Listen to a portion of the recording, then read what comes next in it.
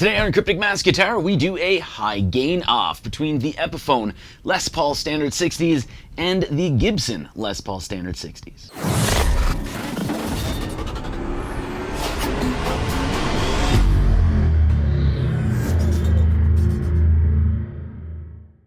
I'm going to try and forego the usual Epiphone versus Gibson disclaimer because we're all adults here, right?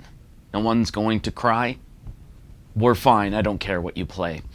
YouTube videos, though, are fantastic. It's a great way of actually seeing and hearing a guitar that you might be looking to purchase, albeit the big thing here is it's in someone else's hands, someone else's amp choices, someone else's setting choices, and they're even choosing what to play. So don't use YouTube videos as the deciding factor on why you're buying a guitar. Make sure you go and try it out for yourself, and while you're in the store, try a whole bunch of other guitars because you never know which one will speak to you. So I'll quickly give you the rundown here of the video. I have it divided into 4 different sections, and there's chapter markers, so you can definitely jump around. Section 1 is 2 sound samples with leads built into them. Section 2 is both guitars played at the same time, so this left, this right. Section 3 is 4 different riffs with 4 different amp heads, just to give you a little bit of coverage with different amp heads. And then finally, Section 4 is something that people seem to always ignore. So if you're, looking to change your sound, first thing that most people do is look into, I'm going to buy a different guitar. I'm going to give you something that may change your mind. So let's start off with section 1. So that is 2 sound samples with leads. The first sound sample is DADGAD in C with a lead. And the second sound sample is in E flat standard with harmony section and a lead.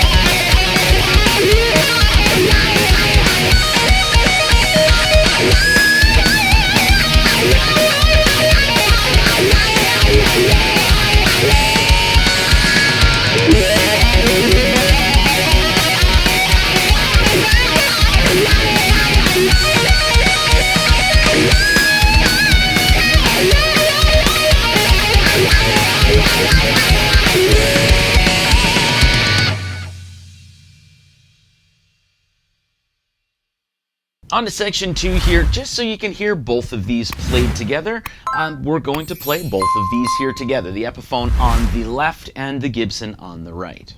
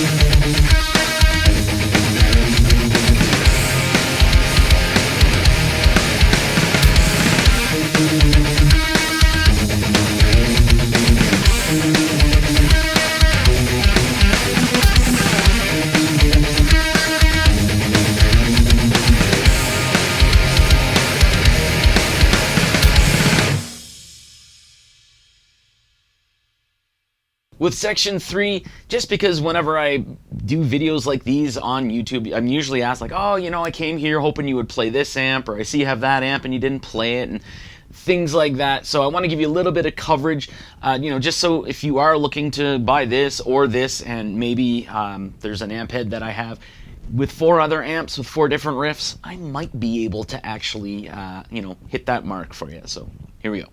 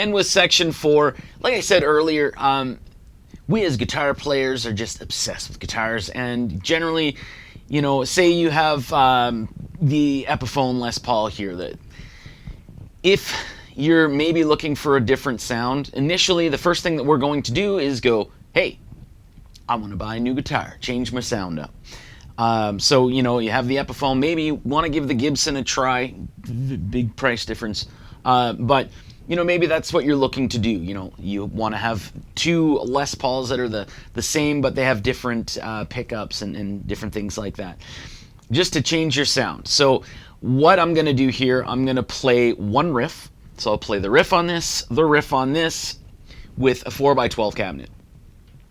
And then I'll do the exact same riff, play this with another 4x12 cabinet. We're going to play through 8 different 4x12 cabinets that have 8 different sets of speakers. That way you can hear if there's a bigger difference from the guitar to the guitar, or if there's a bigger difference from, you know, the guitar's cabinets to cabinet.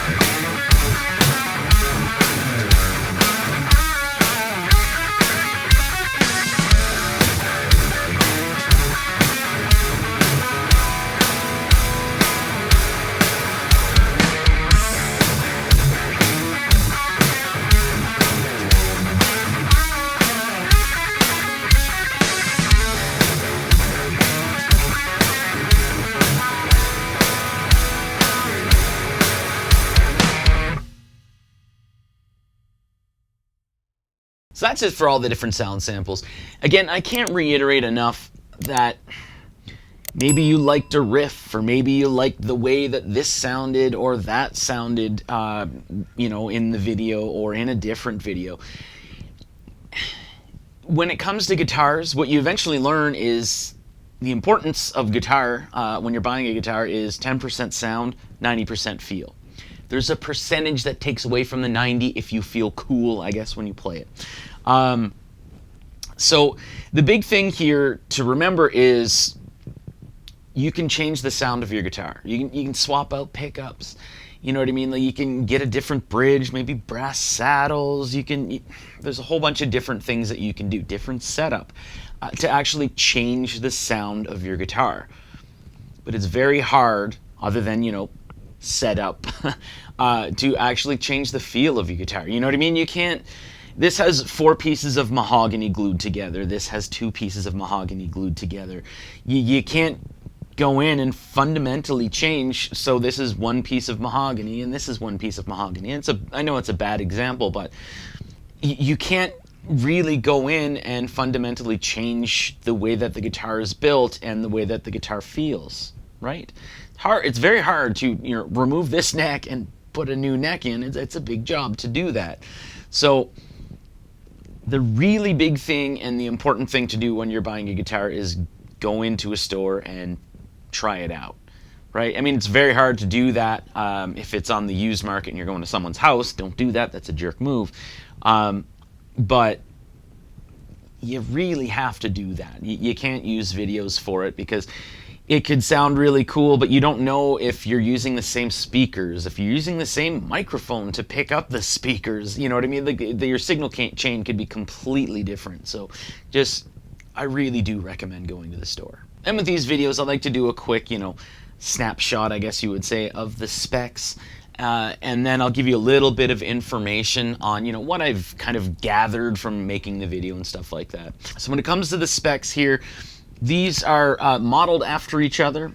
So they're basically modeled after like a 1960s Gibson Les Paul Standard. However, it's modeled after like a hot rodded version. So you have different things here like Grovers, which wouldn't normally be on a 1960 Les Paul unless you've upgraded the tuners. So it's a typical upgrade. You generally see the double ring Kluson vintage deluxe tuners on a 60s, and the pickups are different than, you know, what you would get. So the Epiphone here, these are Alnico 2, whereas the Gibson are Alnico 5 magnets in the pickups. The Gibson has the 60s burst buckers, which are a little hotter. There's more emphasis on the low end and the high end. And the Epiphone here has the Pro Bucker 3 in the bridge, Pro Bucker 2 in the neck, which are Epiphone pickups. And those are...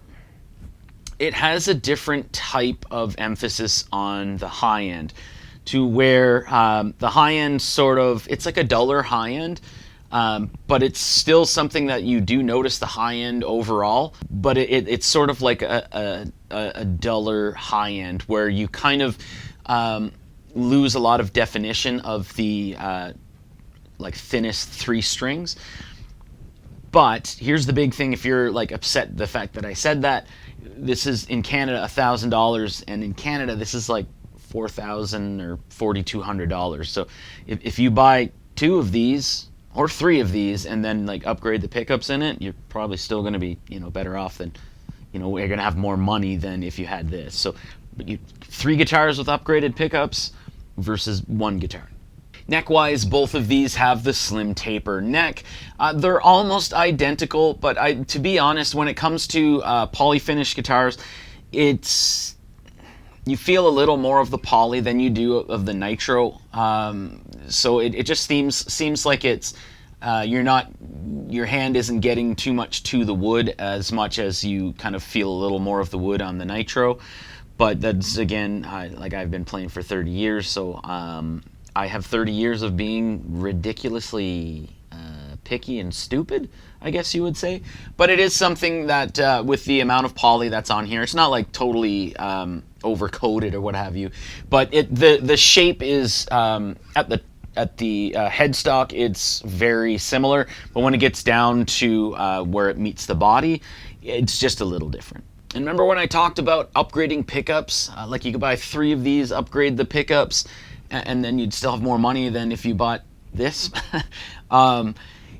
When you do that pickup upgrade on those 3 guitars, also upgrade the bridge, because every Epiphone lock tone bridge that I've ever played, unfortunately, has a buzz. I hope yours doesn't, but like I think I've played like 10 or 12 of them so far, and every single one of them, it's just the screws that hold the saddles in, I believe, but they buzz, and there's a little bit of movement in the bridge. But a replacement bridge is inexpensive. You can replace it yourself, super easy, and at that point you would have a bridge that you could be more confident with. So spec wise, that's basically it. I do like to give like a little bit of information and my thoughts on the guitars here, but keeping in mind sound and feel is all up to preference. So the way that I, feel or look at these guitars can be completely different than you do. My thoughts on both of these guitars, the big thing, there's 3 big things that I notice, well, 4 kind of, between both of these guitars. And when it comes to the Epiphone, we have a few things that actually set it apart from the Gibson. For my preferences, it would mean like I wouldn't necessarily grab for this. So there's a couple of things. So first off, string tension.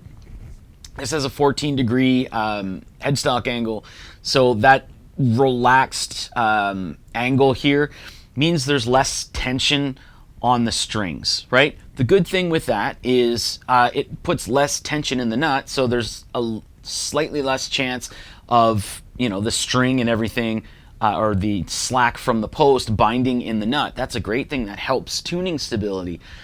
However, if you're someone who likes string tension, it takes away from it. Okay. The other thing here, and I don't want to do B-roll for this video, but when it comes to the stop bar, in order to actually increase tension, you would lower the stop bar as close as you can to the body. That puts more tension. It's protruding, like the bushing here to put the stop bar in is sticking out from the body, and the way that everything sits for the bolt to hold the stop bar down, it keeps it up from the body quite a bit. So that means I can't get as much tension as I can on the Gibson, which has a 17-degree headstock angle, which means I'm going to get more string tension. And also the stop bar here, like the dowling bushings here, they're recessed on the body, so I can go right down to the wood basically with that stop bar to get more and more tension. The next thing here would be, again, like I mentioned, the bridge. So the Epiphone lock tone bridge, every one of them that I've played, the screws that hold in the saddles, they buzz. There's like 1 or 2 of them that will buzz. I've rented this guitar. I've had it not even for a week, and the buzz that you only really notice acoustically, I mean, you can feel it in your fingers as well, it's gotten worse over the period of a week, and I haven't been playing it the whole week. So, and that's something that I noticed on like the Les Paul Custom that I rented, the Classic that I rented, and the SG Standard that I rented. Like anything that had this bridge, I unfortunately did notice that the saddles, because of the screws, they just buzz. Whereas on the Gibson, you don't notice that. It's the material that they use here is a little better than the material that they use on the Epiphone. And I don't get any buzzing from the screws that hold in the saddles. And the fourth thing, because the tension was 2 things in the tension. The fourth thing that would stop me from actually picking this up over the Gibson would be the pickups. So I've mentioned a couple of times here, you could buy 3 of these, upgrade the pickups and upgrade the bridge, and you'd still have a little bit more money than if you bought just the Gibson. So that'll resolve itself, right? A lot of people just don't think of that because they want their headstock to say Gibson. But I mean, if you're just looking for a tool or three for recording, for playing live, I mean, it's less likely that someone's going to try and steal your Epiphone over a Gibson, right? If you're playing live, then it's just a great thing to do. You can get it, install new pickups on it, you're all set, and that'll fix things. But these pickups are rather dull. And like I said, that these top three high strings here kind of get lost when you're playing chords in comparison to the Gibson. These pickups aren't as hot as the Gibson as well, which to me that's a little nicer. I like a more reserved pickup. But when it comes to like even playing on the neck, it's got that low end for the neck, but it's still rather dull. And if you're like doing some bends and stuff like that and you want to emphasize certain notes, the clarity is not there in these pickups in comparison to the Gibson, so certain things may get lost in that type of playing. But again, you could buy 3 of these, upgrade the pickups, upgrade the bridge on all 3, and for the same price of this, and you probably still go out and, like, you know, have supper or something like that. And as well, we always have to look at preferences. So my preferences could be completely different than yours. We could have like a whole group of guitar players in this room, and we could all feel differently on a whole bunch of different things, so it doesn't matter. So with that being said, you know what, I'll say it for a third time. If you're looking to buy a standard 60s and you're trying to decide between the Epiphone and the Gibson, or 3 Epiphones and the Gibson, just make sure you're going to the store and just play them a little, like play it a couple of times, go to the store a couple of times, and just take a little bit of time and put a little bit of thought into the benefits of each. I mean, whenever I do an Epiphone versus Gibson video, you know, other than the people that cry and just state that I'm destroying humanity, apparently, usually the things that you get is the Epiphone doesn't hold its value on the used market like the Gibson does. It is absolutely easier to sell a Gibson than it is an Epiphone. If you do upgrades on this, you're not going to get your money back, whereas if you do upgrades on this, keep the original components, but you may get like a little bit of added value on the used market for it, but just always keep your original components. But I just think the Epiphone versus Gibson thing is stupid when people take it way too seriously and try to you know, give themselves a little bit of validation on a purchase, because that's not what guitar playing is about. So I'm going to stop talking now. Thanks for watching.